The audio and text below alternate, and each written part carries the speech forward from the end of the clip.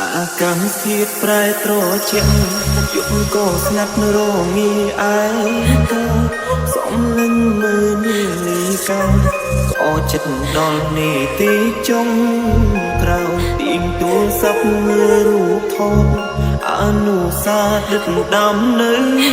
ឡើយពុំពុំយើងបែកគ្នាហើយសល់ត្រឹមការចងចាំសុំទុំគ្រាមុនដែលបងតែងទុំឲ្យអូនយំម្នាក់មិនចេញបារម្ភខ្លាចកាយគិតដល់អូនជាមនុស្សស្រីពេលតែងបាត់បង់រូបអូនទើបដឹងថាស្មួនមានដំឡៃអាចទេចង់សុំឲ្យថ្លៃត្រឡប់មកបែបបងឆ្នាំនេះមិនដូចឆ្នាំមុនទេ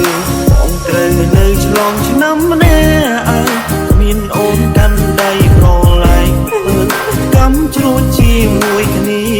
ឡើយបានត្រឹមងើយក្បាលសំឡឹងនេះភ្នែកបងក៏ហូរអិនស្បើយចង់ទាញវាលីឲ្យត្រង់យើងមើលកំ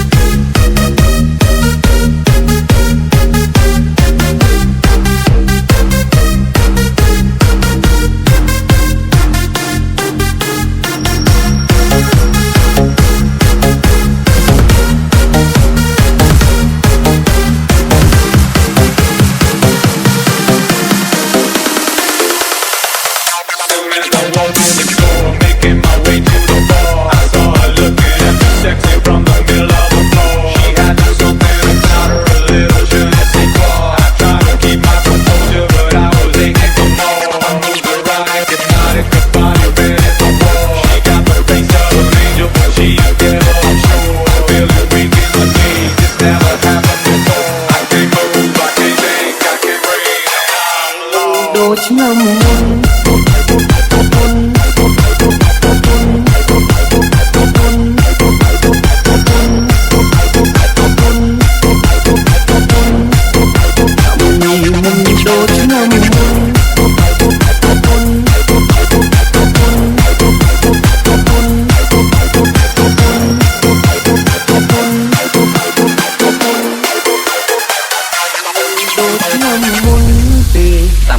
ខ្ញុំដឹងតាំងពីយប់មកហើយថាគេនឹងចាក់